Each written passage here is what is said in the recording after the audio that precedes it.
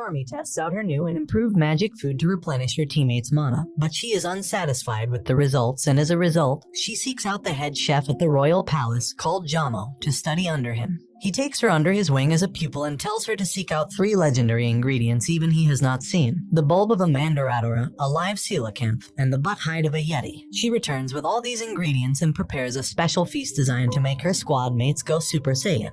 However, all her dishes look unappetizing and only Asta has the stomach to try and eat it. But before he can, several of the dishes merge into one giant demon meal which begins attacking them all. Finral brings everyone to safety and Yami arrives to tell his squad to kill the demon food, but it begins to slowly drain them of their mana, leaving Asta as the sole combatant. He is hesitant to kill something Charmy worked so hard to create, but she gives him her blessing. He begins eating it and the others' mana slowly begins to recover, and so they all join in eating it together. Jamo then tells Charmy that they have forgotten the very essence of being chefs, to make delicious food. After losing a spar against Asta, Gordon realizes he has weakened. He leaves a note behind for his squad not to look for him and ventures out into the poison forest, just outside the witch's domain. He decides to start training alone just as he did in the past to regain his strength. But his pack is soon stolen by a gang of monkeys, and after 3 days he has weakened even more. He wonders if his friends are thinking about him when he encounters a giant wolf. However, his magic has lost its edge and he is severely injured. He gathers the wooden dolls of the black bulls and runs away. Meanwhile, Yami sees a note on a table and tells the bulls that they have to go as soon as possible. The wolves soon find Gordon and he attempts to fight back.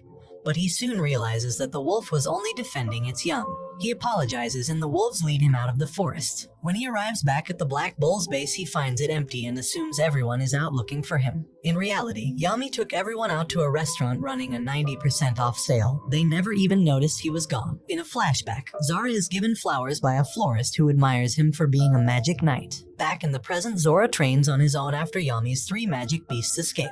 When he returns to his hometown to pay his respects to his father, he notices that someone else has prepared flowers. He happens to see a young boy, Ine, practicing his water magic. But a nobleman's son, Kaido, and 2 of his flunkies begin bullying him for being a peasant. They make fun of his ambition to become a magic knight, but Ine proudly says that the village's very own Zara was one.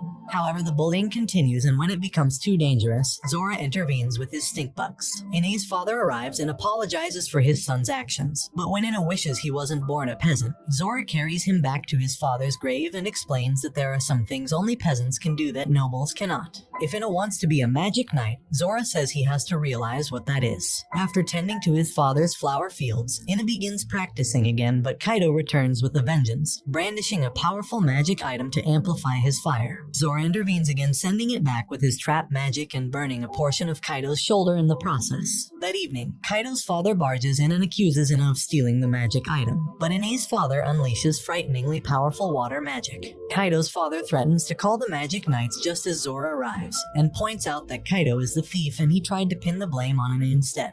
Afterwards, Ine's father reveals that he once tried to become a magic knight himself, but he never stopped training. Ine finally realizes the lesson that Zora wanted to teach him: one thing that peasants can do better: persevere. Zora bids Ine farewell using a stink bug, and as he walks back to the Black Bulls, he thinks of Yuno and Asta, who both have tall dreams. Vanessa fears that her power is not enough to stand up to the devils, so she decides to visit her hometown. Yami invites her for a drink, but she takes a rain check on it for now. Upon reaching the witch's forest, she asks the witch queen to teach her some ancient magic to boost her strength, and the witch queen agrees on one condition: that she drive out the magic beasts interfering with her security golems. The witch queen assigns 2 other witches to help her: Samantha, who is meek and quick to panic, and Elvira, who is prideful and stubborn. When they encounter the magic beasts interfering with the security golems, Vanessa binds one of the beasts and asks her allies to attack it, but she fails to confirm what kind of magic they have. Samantha says she only has sound magic, while Elvira can create illusions. Both are pessimistic about accomplishing their task. Vanessa confronts the Witch Queen again and accuses her of giving her an impossible task, but she replies that she should reflect on why and how she uses magic to begin with. Vanessa runs into Dominante peddling her goods since her husband, Fansel, cannot find a job due to being a wanted man. She tries to sell Vanessa a magic washboard and says that anything is useful if you use it the right way, which gives her an idea. The following day, Vanessa brings Samantha and Elvira with her to the forest and boosts their confidence by making a doll show for a few children. She then reveals her plan to combine their magic and draw out the magic beasts in the area to another section of the forest. After conjuring lifelike squirrel creatures, they lure the magic beasts away, but they encounter another group of actual squirrels. With their mission threatened to fail, Vanessa quickly conjures a giant monster, and with Samantha and Elvira's help, the lifelike monster scares the beasts away. When they return, they are praised by the other witches who have watched their exploits through the Queen's crystal ball. Vanessa meets with the Queen again and thanks her for instilling in her the realization that the power to change fate was never solely in Rogue's hands, but hers. Before she leaves, she pays a visit to Dominante, who remarks that although the Queen acts cold and aloof, she always seems to look out for them. Vanessa returns to the Black Bull's base, where Yami is waiting for her with a drink, but she takes another rain check, intending to get stronger before getting wasted. Asta and Noel spar with one another, but they feel they are still too weak. Marks arrives with Sally and Macusa, a researcher from the Magic Tool Research Lab. They explain that Sally was asked to help in developing a new tool to aid in the upcoming invasion against the Spade Kingdom.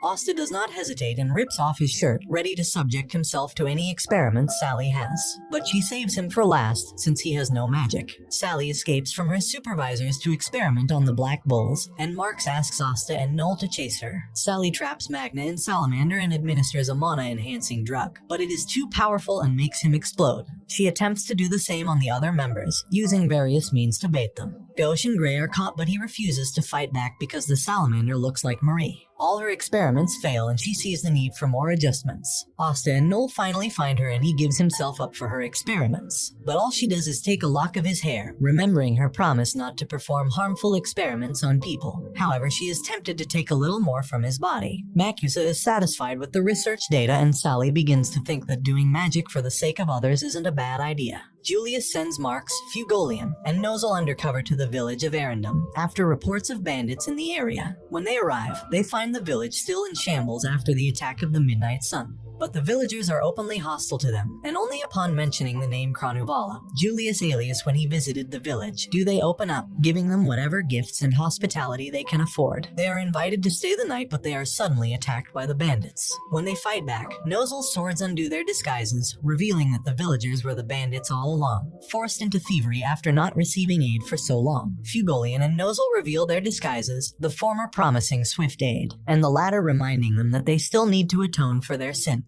When they return to Julius, he hopes that they have learned a little more about the kingdom after witnessing the poverty and suffering firsthand. First and foremost, they are magic knights who defend the people. Years ago, Asta tells Yuno that they are family even though they are not bound by blood. Back in the present, Yuno, Mimosa, and Klaus encounter another group of Golden Dawn knights, led by Electora. Electora is still infuriated that Yuno, a peasant, is quickly rising through the ranks, especially for his accomplishments during the Midnight Eye incident. Vangeance assigns them to another mission to Saucy Village to take care of some bus and boars. When they arrive, two children, Nick and Anna, wish it were Asta and the Black Bulls instead, which catches Yuno's attention. Electora plans to eliminate the boars outright, but Yuno suggests they investigate why the boars are going berserk in the first place. Electora rebuffs him and tells him to do it on his own. Just as he suspected, Yuno finds a clearing filled with purple fruits, which the boars have been eating. He works with Mimosa and Klaus to calm the boars down by clearing the fruit from all the trees in the area. When they return, the boars have become so docile that the villagers start keeping them as pets. Upon arriving back at the Golden Dawn, Vangeance quickly sends them out on another mission to investigate a dungeon occupied by bandits. Electora is once again placed in command, but when Langris questions Vangeance's judgment, he explains that he wishes Electora would change, just as they have. Electora leads his team to raid the dungeon, splitting themselves into two units. As they rampage through the dungeon, they realize the bandits are enhanced by magic items, but they are still no match for the Golden Dawn.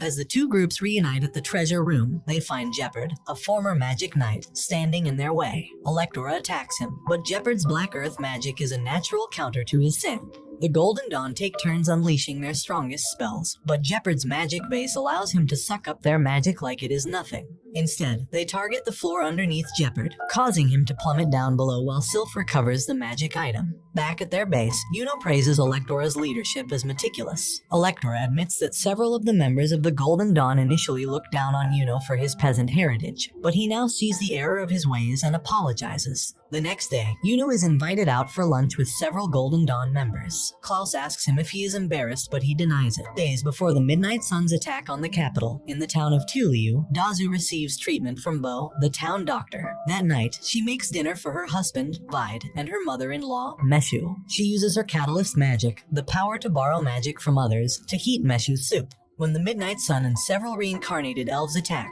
their village is caught in the crossfire, and both Viad and Meshu die in the rubble. As they begin rebuilding the town, Bo approaches Dazu and shows her a newspaper article about Asta's demonic powers, naming him responsible for the destruction of their village. This turns Dazu spiteful. Elsewhere, Kabwe, a member of the Magic Parliament, protests Damnatio's decision to stay Asta's execution for 6 months. But Damnatio tells him there is a proper order to things and tells him to leave. Kabwe is later approached by Bo and Dazu, who intend to kill the devil responsible with their own hands. Meanwhile, Asta and Noel are training, but Noel gets tired and goes indoors to get a drink. Meanwhile, Gigachat Asta decides to cool down by doing thousands of push-ups. Noel then meets Gauche and Finral, who are also returning from training. Gauche plans to visit his sister in Neen, but first decides to take a shower. But in Neen, Marie is kidnapped by the Devil Banishers, a group dedicated to the destruction of the devils. Nij, the townspeople, and the children all try to rescue Marie, but they are overpowered. Gauche senses that an angel has called out to him and asks Finral to take him to Neen. Meanwhile, Asta loses count of his 10,000 push-ups and decides to start from the beginning.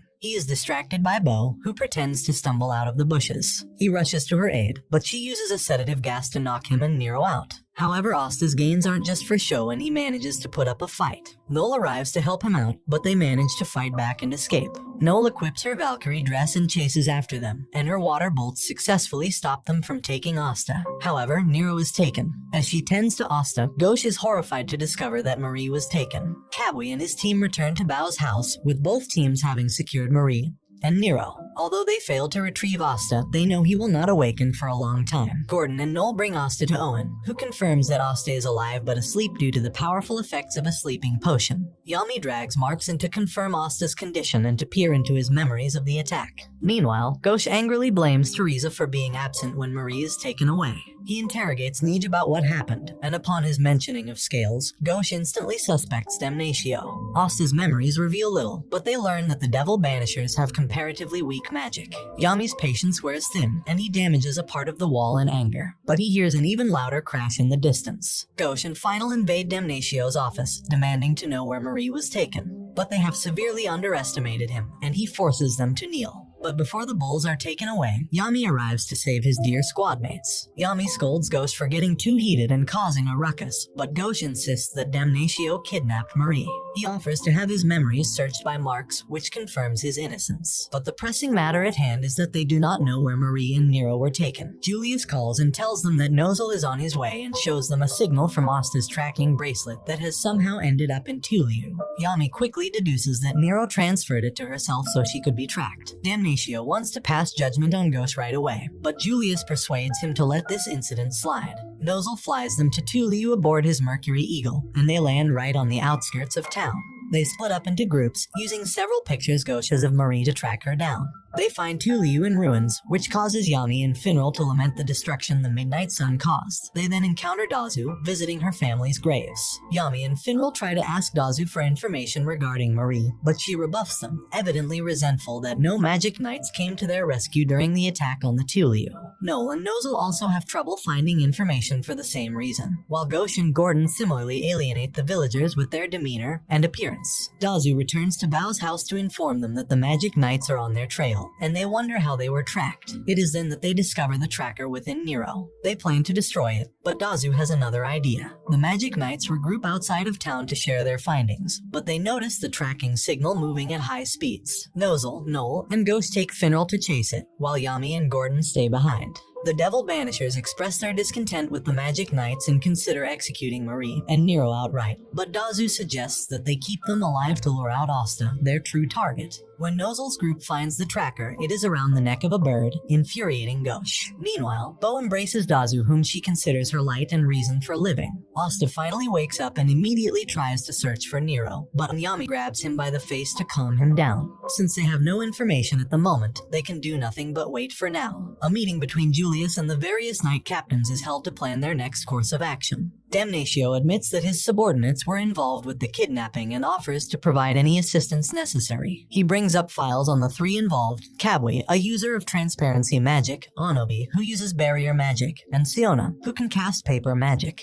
Their magical abilities aren't particularly strong. Jack remarks that they're not even worth cutting up. When they learn that a sleeping potion was used to take down an excellent fighter like Asta, they suspect an excellent strategist is among them. Jack asks why they haven't executed Nero and Marie yet, and Damnatio replies that they might attempt to use them to set an example for their dissatisfaction with the kingdom. However, Julius tells them to be careful as there is a piece of a puzzle they are not seeing. Meanwhile, in the town of Lehart, a message from the Devil Banishers is scrawled on a wall, announcing the executions of Nero and Marie. Their lives hang in the balance, and this brings the anime to an end. Comment for part 15. Don't forget to like and subscribe if you enjoyed, and turn on the notification bell so you never miss out on another video. Until next time, take care.